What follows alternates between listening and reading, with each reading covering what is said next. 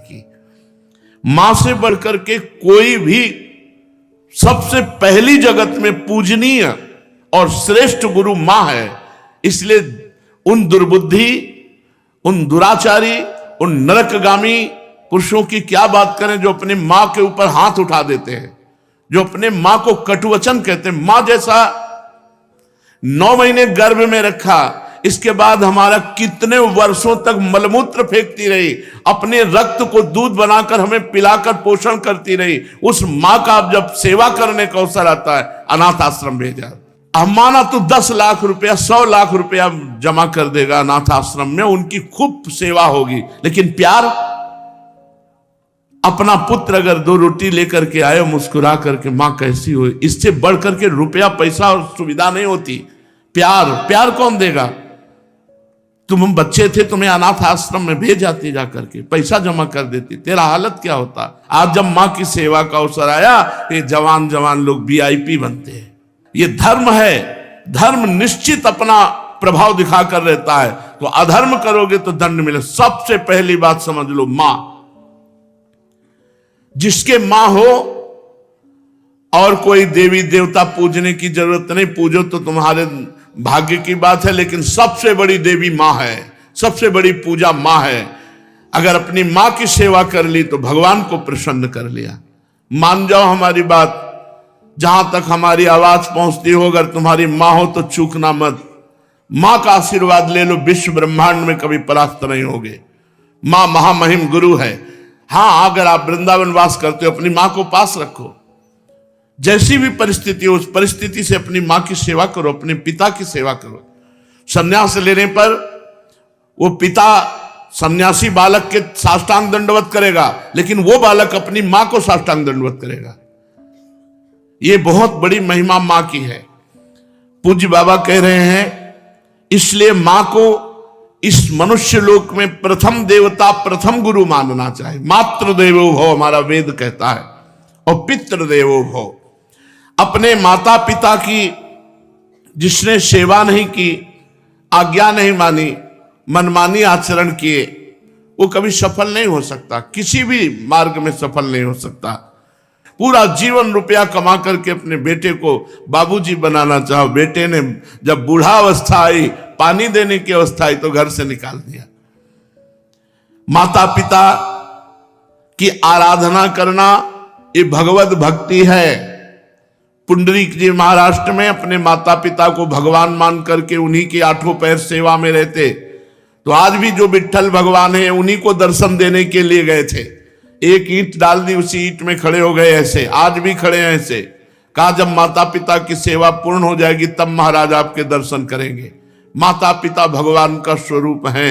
ये आज जो वातावरण बदल रहा है, बहुत गुस्सा लगती है जब देखने को मिलता है कि जवान बहू और बेटा मिलकर के बूढ़ी मां को मार रहे हैं। वो बेचारी उठ नहीं सकती, वो हिल नहीं सकती। अंतिम समय तक या तो जलोगे ऐसी जगह जहां बचाने वाला कोई नहीं होगा, या सड़ोगे। ऐसे अधर्म करने वाले को कभी और हम कहते हैं, उस मां से पूछ लो जिसको तुमने मारा है, उसी मां से पूछ लो कि बोलो इसको क्या दंड दें, तो यही कहेगी कि कभी मत दंड देना। वो पिटते हुए भी यही कहेगी कि तू सुरक्षित रहे, तू सुरक्षित रहे। एक मां को मारा तो दूसरे भाई ने रिपोर्ट कर दी, पुलिस आई, मां से पूछ रहे, तुम्हें मारा? नहीं, मारा नहीं, बातचीत हो रही थी, ऐसे धक्का लग गया। धक्का दिया? नहीं, हमारा धक्का उसको लग गया। छोटा लड़का कह रहा है कि इतना जोर जोर से डंडों से मारा, इसके शरीर को देख लो कितने डंडे पर। चुप।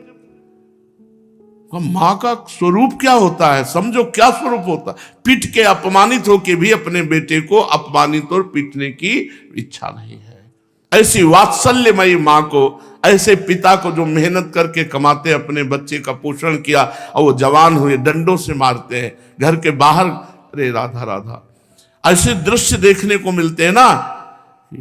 ये खा करके सब जवान हुए हो, और अब माता पिता की सेवा का अवसर आया तो मुंह चुराए घूमते हो। मुंह चुराने का समय नहीं है, अपने कर्ज उतारने का समय है, ऋण उतारने का समय है। अब माता पिता की सेवा कर लो, मातृ ऋण पितृ ऋण से उऋण हो जाओगे। हमने आपको कई बार सुनाया है, एक कश्यप नाम के ऋषि थे, महाभारत में है, तो तपस्या परायण थे। तो जिस वृक्ष के नीचे तपस्या कर रहे थे ऊपर बगुली बैठी हुई थी, बगुला जो टांग उठाकर ध्यानस्थ रहता है मछली के लिए, तो बीट ऊपर गिरा करके तो क्रोध भरी दृष्टि से देखा, तत्काल आग लग गई, बगुली भस्म होकर नीचे गिर गई। तप का प्रभाव होता है। अब उनको बड़ा गर्व हुआ कि नहीं, काफी हम सिद्ध हो चुके हैं, बगुली भस्म हो गई। उठे भिक्षा के लिए गए तो एक दरवाजे में जाके भिक्षाम देहि, एक बहू निकली, उसने कहा भगवान कुछ क्षण रुकिए, अभी बना करके लाए। बड़े मृदु वचन से उनका सम्मान करते हुए अंदर गई तो दूसरे दरवाजे से उसका पति आ गया। जब भी पति आए पति की आराधना, उनको जल पिलाया, आसन पे बैठाला, फिर इतने में कुछ समय लगा और कहा भगवान आपके घर के दरवाजे अतिथि देव विराजमान है, आज्ञा हो तो भोजन। अरे उनका पहले अतिथि देवो भव, अतिथि की सेवा करो। अब वो गए, इतना विलंब क्यों किया? उनका हमारे पति देव आ गए, तू मुझे समझते नहीं है, इतना विलंब क्यों किया? बोले महाराज जानती हूं उस वृक्ष की बगुली नहीं हूं कि तुम्हारी आंख टेढ़ी करने से भस्म हो जाऊंगी।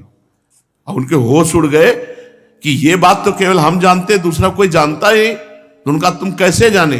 बोले मैं अपने पति सेवा के प्रताप से पतिव्रता हूं, मुझे तीनों कालों का ज्ञान है, तुम्हें बिल्कुल ज्ञान नहीं, अभी तुम अज्ञानी हो, अपने को ऋषि भले समझते हो। कश्यप ऋषि नाम था उनका।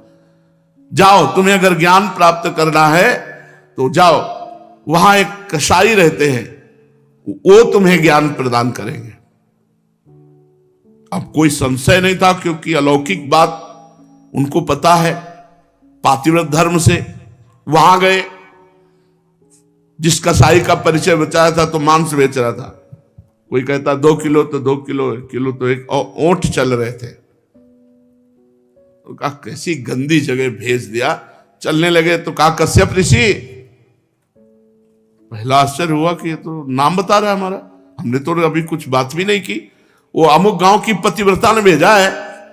अब और आश्चर्य हुआ, कहा हाँ। बोले बस खड़े रहो, मैं अपना व्यापार कर लूं, बस अभी आपके साथ चलता हूं। खड़े रहे, थोड़ी देर में वो बेच के दुकान बंद करके कहा तो उनका पहले ये बताओ इतना निंदनीय कार्य करते हो तुम? तो उनका मेरा जन्म हुआ है इसी कुल में, मैं हिंसा नहीं करता, मैं मांस लाता हूं और बेचता हूं और अपने परिवार का पोषण करता हूं क्योंकि मैं ऐसे कुल में जन्मा हूं। तो उनका तुमको ये कैसे पता चल गया मेरा कश्यप नाम है? बोले आपका नहीं, आपके बाप का, आपके पुरखों तक का हमको पता है। और ये कैसे पता चला कि वो बहू ने आपको कहा है ऐसा? बोले मुझे तीनों काल का ज्ञान है, भूत भविष्य वर्तमान। बोले इतना निंदनीय कार्य करते हो और तीनों काल का? बोले हर समय नाम जप करता रहता हूं और अपने कुल के अनुसार व्यापार करता हूं, और मेरी प्रधान पूजा, चलो घर देखो।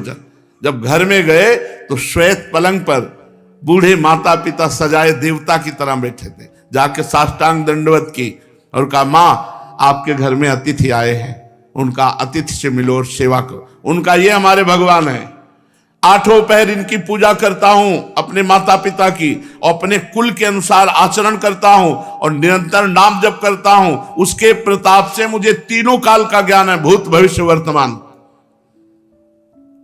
तुम अपने माता पिता को छोड़ करके तपस्या के लिए निकले हो, और वो भी अंधे हैं तुम्हारे माता पिता, जो स्वयं पानी नहीं ले सकते। तुम्हें कभी न परम पद मिलेगा, न स्वर्ग मिलेगा, नरक मिलेगा तुम्हें।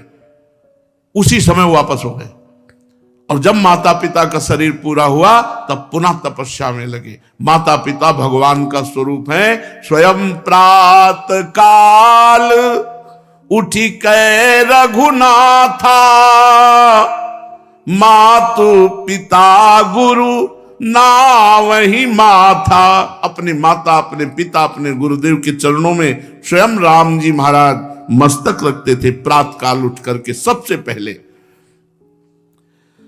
अपने माता पिता की जो आज्ञा का उल्लंघन करते हैं उन्हें कभी सद्गति प्राप्त नहीं होती।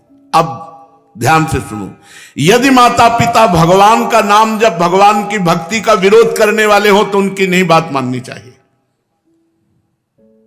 यदि माता पिता भगवान की भक्ति का विरोध करने वाले हो तो नहीं माननी चाहिए। यदि माता पिता गंदी आज्ञा करे तो नहीं देना चाहिए। रोटी दाल खाओ, नहीं चाहे उपवास करके मर जाओ, तुम्हें मुर्गा बकरी नहीं देंगे आके, तुम्हें शराब नहीं पिलाएंगे आके। एक तरफ भक्ति का वर्णन किया, अब ये वर्णन किया उनके दुष्परिणाम। और अगर माता पिता गलत आज्ञा करते हैं तो नहीं, पानी पी के रहो, ऐसे रहो, शराब तुम्हें नहीं देंगे, मांस तुम्हें नहीं देंगे। क्यों गलत आदत बनाई? जो धर्म विरुद्ध है वो हम तुम्हें लाके नहीं दे सकते। यदि माता पिता भक्ति विरोधी हो तो उनकी बात नहीं माननी चाहिए। सेवा करने की बात नहीं कह रहे, सेवा करो, बात मत मानो। यदि भक्ति विरोधी है तो बात मत मानो। यदि वो भक्ति विरोधी आदेश करते हैं, मांस भक्षण, मदिरा पान या कोई गलत आचरण का, बिल्कुल आदेश मत मानो, बिल्कुल अमंगल नहीं होगा। तजो पिता प्रहलाद विभीषण बंधु भरत महतारी, गुरुबल तजो कंत ब्रज बनितन भेमुद मंगलकारी, जाके प्रिय न राम अभय देही, तजिए ताहि कोटि बैरीशम, यद्यपि परम सनेही।